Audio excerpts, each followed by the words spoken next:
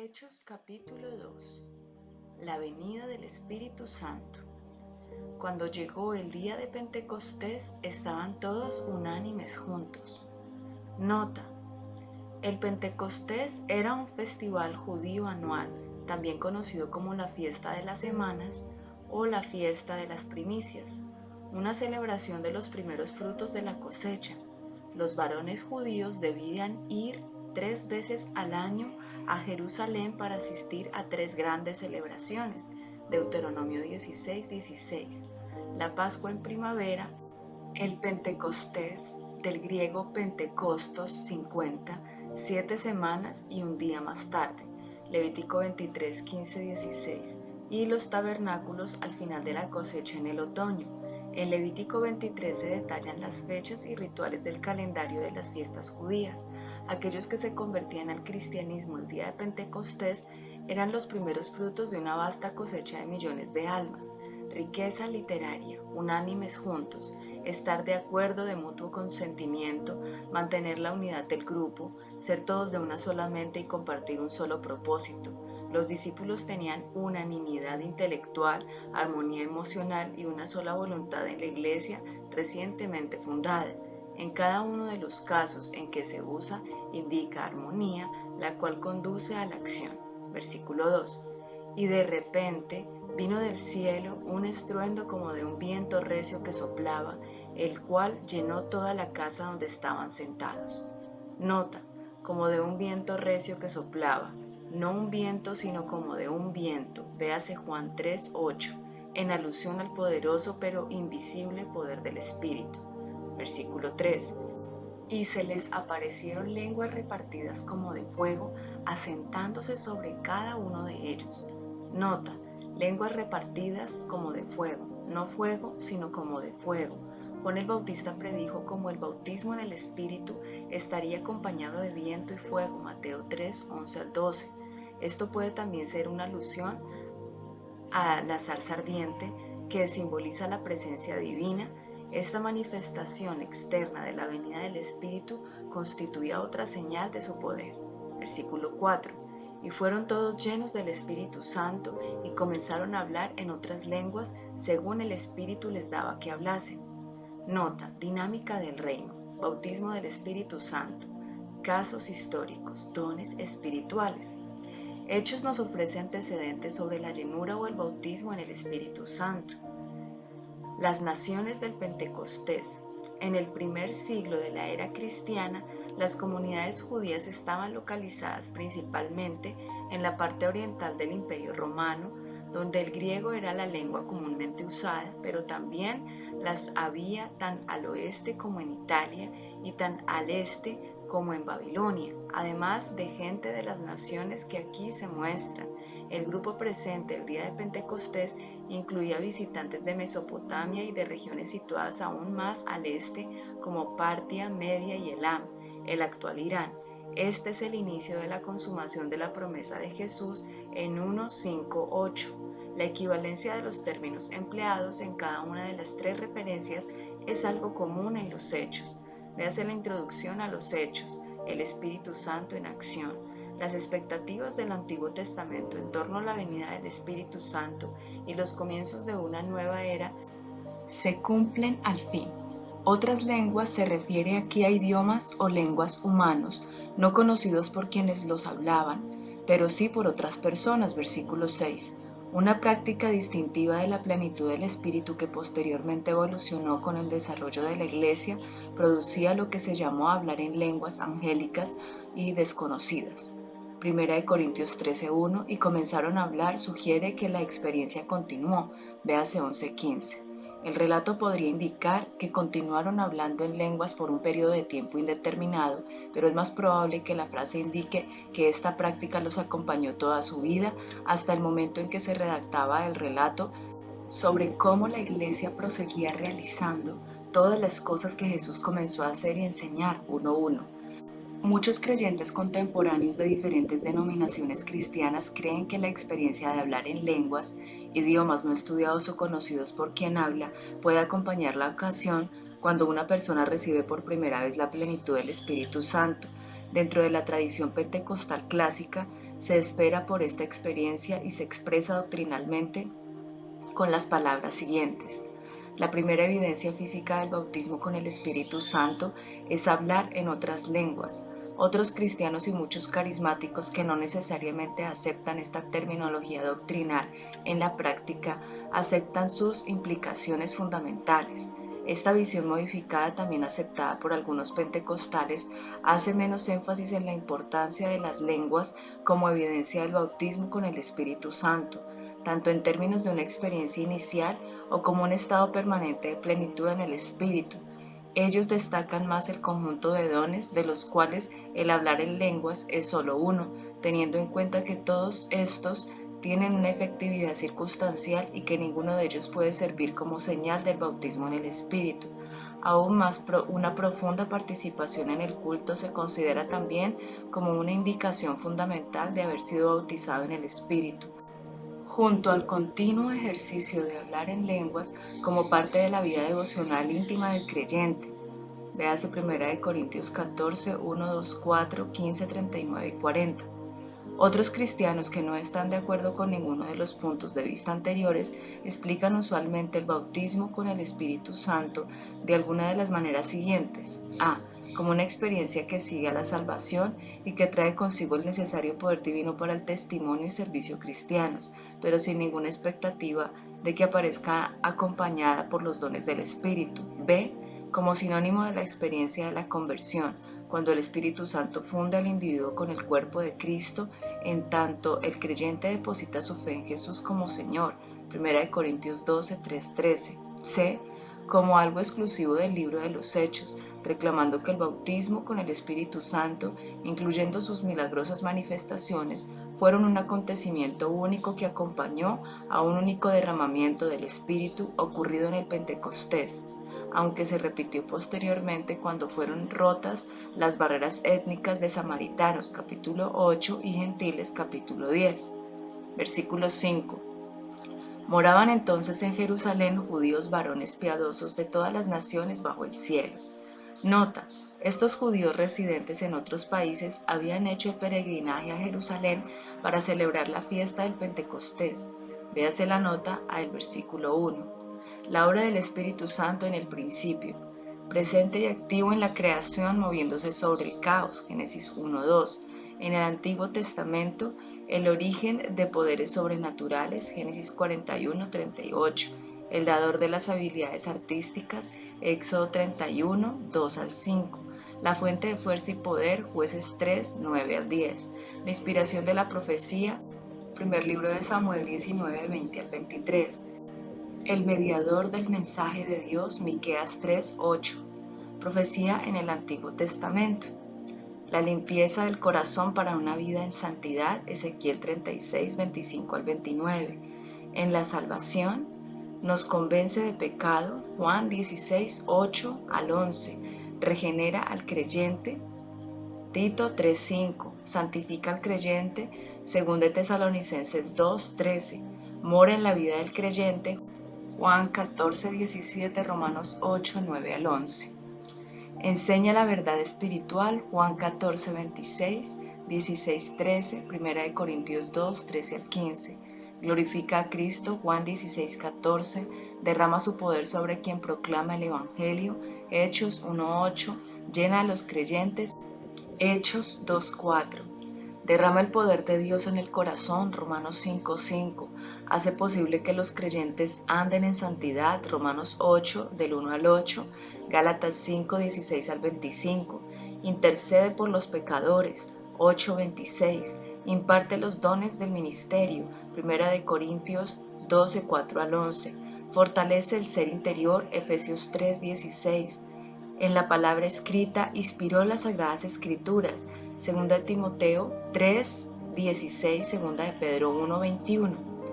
En el Nuevo Testamento ve en el Espíritu Santo a aquel que da testimonio de que el Cristo resucitado mora en los creyentes. Versículo 6. Y hecho este estruendo se juntó la multitud y estaban confusos porque cada uno les oía hablar en su propia lengua. Y estaban atónitos y maravillados diciendo: mirad, ¿no son galileos todos estos que hablan? ¿Cómo pues les oímos nosotros hablar cada uno en nuestra lengua en la que hemos nacido? Partos, medos, elamitas y los que habitamos en Mesopotamia, en Judea, en Capadocia, en el Ponto y en Asia, en Frigia y Panfilia, en Egipto y en las regiones de África más allá de Cirene, y romanos aquí residentes, tanto judíos como prosélitos, cretenses y árabes, les oímos hablar en nuestras lenguas las maravillas de Dios.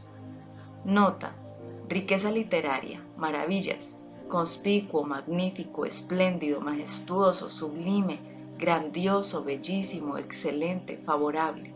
Se usa esta palabra aquí en Lucas 1:49, donde dice grandes cosas. Los asombrados visitantes el día de Pentecostés oyeron en sus propias lenguas lo que los discípulos decían acerca de la grandeza de Dios y sus obras poderosas. Versículo 12. Y estaban todos atónitos y perplejos, diciéndose unos a otros: ¿qué quiere decir esto? Mas otros, burlándose, decían: están llenos de mosto. Nota: los que se burlaban llegaron aparentemente a esta conclusión porque no reconocían las palabras que escuchaban. Primer discurso de Pedro, versículo 14. Entonces Pedro, poniéndose en pie con los 11, alzó la voz y les habló diciendo: varones judíos y todos los que habitáis en Jerusalén, esto os sea notorio y oíd mis palabras. Nota: Pedro es el vocero de los discípulos y asume el papel dirigente en este momento, según los Hechos. Versículo 15. Porque estos no están ebrios como vosotros suponéis, puesto que es la hora tercera del día. Nota: la hora tercera del día equivalía a las 9 de la mañana. Versículo 16. Mas esto es lo dicho por el profeta Joel: y en los postreros días, dice Dios, derramaré de mi espíritu sobre toda carne, y vuestros hijos y vuestras hijas profetizarán, vuestros jóvenes verán visiones y vuestros ancianos soñarán sueños. Y de cierto sobre mis siervos y sobre mis siervas en aquellos días derramaré de mi espíritu y profetizarán. Nota: los postreros días se refieren a la era de la Iglesia desde el Pentecostés hasta el retorno de Cristo. Véase Hebreos 1 del 1 al 2. Ellos representan la transición entre esta era y la era por venir. Derramaré de mi espíritu sobre toda carne. Pedro explica los extraordinarios acontecimientos del Pentecostés en términos del derramamiento del espíritu predicho en la profecía de Joel. El derramamiento del Espíritu en el Antiguo Testamento había sido durante mucho tiempo reservado a los líderes espirituales y nacionales de Israel. Bajo el nuevo pacto, sin embargo, la autoridad del Espíritu se concede a toda carne, a todo el que se acoja a éste. Todo creyente es ungido como sacerdote y rey ante Dios. Importantes evidencias de haber participado en el derramamiento del Espíritu son los sueños y profecías. Versículo 19. Y daré prodigios arriba en el cielo y señales abajo en la tierra, sangre y fuego y vapor de humo. El sol se convertirá en tinieblas y la luna en sangre, antes que venga el día del Señor, grande y manifiesto. Versículo 21. Y todo aquel que invocar el nombre del Señor será salvo. Nota: Joel profetizó que esta edad presente terminaría en medio de los portentos del juicio divino, pero que todo aquel que invocar el nombre del Señor será salvo.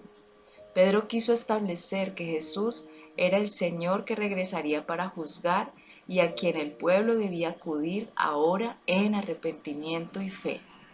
Versículo 22. Varones israelitas, oíd estas palabras. Jesús Nazareno, varón aprobado por Dios entre vosotros con las maravillas, prodigios y señales que Dios hizo entre vosotros por medio de él, como vosotros mismos sabéis. Dinámica del reino. Maravillas, prodigios y señales. Rasgos del líder. Sin excepción, maravillas, prodigios y señales acompañaron el ministerio y la predicación de los primeros líderes de la iglesia. Aquí Pedro le recordó al pueblo que la credibilidad de Jesús estaba basada en su ministerio de milagros Esta misma credibilidad acompañó a aquellos que fueron apartados para el liderazgo, tales como Esteban, Felipe, Bernabé, Silas y Pablo, y también a los primeros apóstoles, 6:8, 8:6, 15:12, 19, 11 al 12. Maravillas, prodigios y señales fueron comúnmente aceptados en la iglesia primitiva y los líderes tomaron la iniciativa en darle su lugar a este ministerio. También los dirigentes de la primera iglesia oraron por milagros, Hechos 4:30, y los vieron no como hechos casuales o sucesos ocasionales, sino como evidencias de la unción de Dios en las que continuamente se glorificaba a Cristo a través de la iglesia y que por consiguiente debían buscarse y ser bien recibidas. Hechos 16, 6 al 10, Hechos 1, 14. Versículo 23. A este, entregado por el determinado consejo y anticipado conocimiento de Dios, prendiste y mataste por manos de inicuos crucificándole, al cual Dios levantó sueltos los dolores de la muerte, por cuanto era imposible que fuese retenido por ella. Porque David dice de él, veía al Señor siempre delante de mí, porque está a mi diestra, no seré conmovido. Por lo cual mi corazón se alegró y se gozó mi lengua, y aun mi carne descansará en esperanza. Porque no dejarás mi alma en el Hades, ni permitirás que tu santo vea corrupción. Me hiciste conocer los caminos de la vida. Me llenarás de gozo con tu presencia.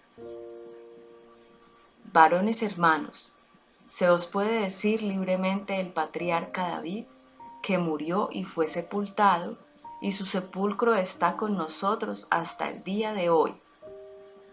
Pero siendo profeta, y sabiendo que con juramento Dios le había jurado que de su descendencia en cuanto a la carne levantaría al Cristo para que se sentase en su trono, viéndolo antes, habló de la resurrección de Cristo, que su alma no fue dejada en el Hades, ni su carne vio corrupción. A este Jesús resucitó Dios, de lo cual todos nosotros somos testigos. Nota: Pedro prueba que la resurrección de Cristo está predicha en el Antiguo Testamento, de ahí que su audiencia judía debía estar lista para aceptar a Jesús como el Mesías. Versículo 33.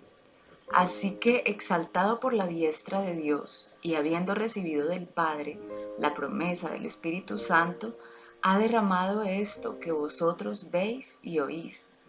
Porque David no subió a los cielos, pero él mismo dice, dijo el Señor a mi Señor, siéntate a mi diestra, hasta que ponga a tus enemigos por estrado de tus pies. Versículo 36. Sepa pues ciertísimamente toda la casa de Israel que a este Jesús a quien vosotros crucificaste, Dios le ha hecho Señor y Cristo.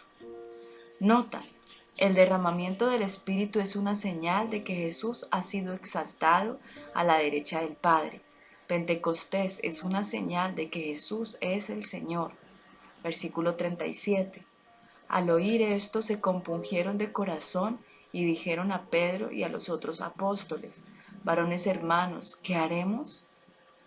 Pedro les dijo, arrepentíos y bautícese cada uno de vosotros en el nombre de Jesucristo para perdón de los pecados y recibiréis el don del Espíritu Santo.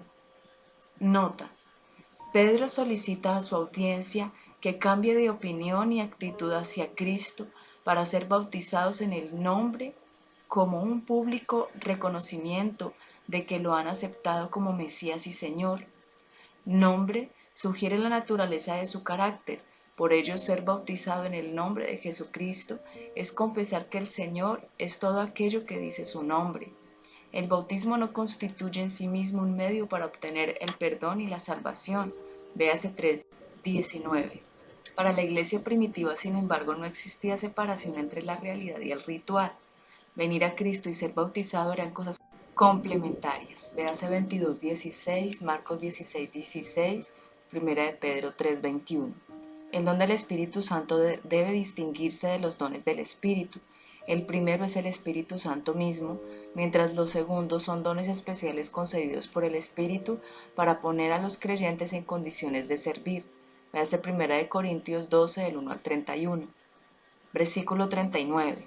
Porque para vosotros es la promesa y para vuestros hijos y para todos los que están lejos, para cuantos el Señor nuestro Dios llamare. Nota, la promesa del Espíritu Santo, véase versículo 33, 1, 4, 5, Lucas 24, 49, es un don para todo creyente de que cada generación, todos los que están lejos incluye a los gentiles, véase Isaías 57, 19, Efesios 2, 13, 17.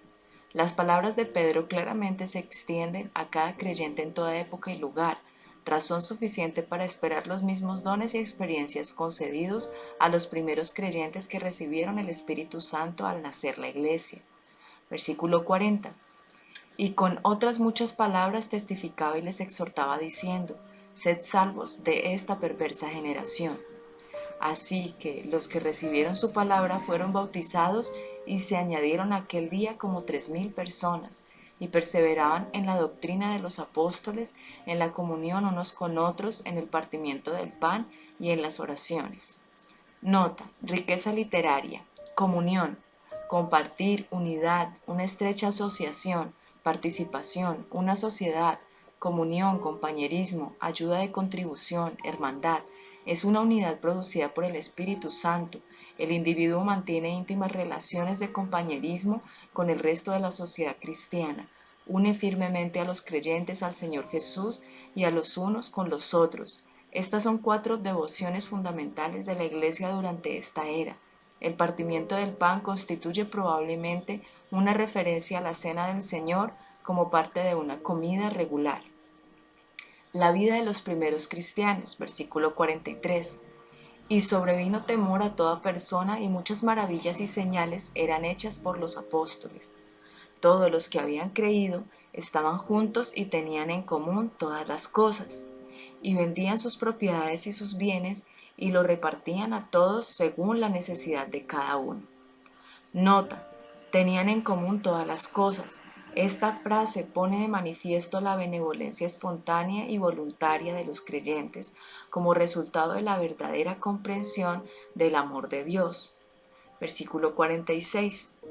Y perseverando unánimes cada día en el templo y partiendo el pan en las casas, comían juntos con alegría y sencillez de corazón, alabando a Dios y teniendo favor con todo el pueblo, y el Señor añadía cada día a la iglesia los que habían de ser salvos.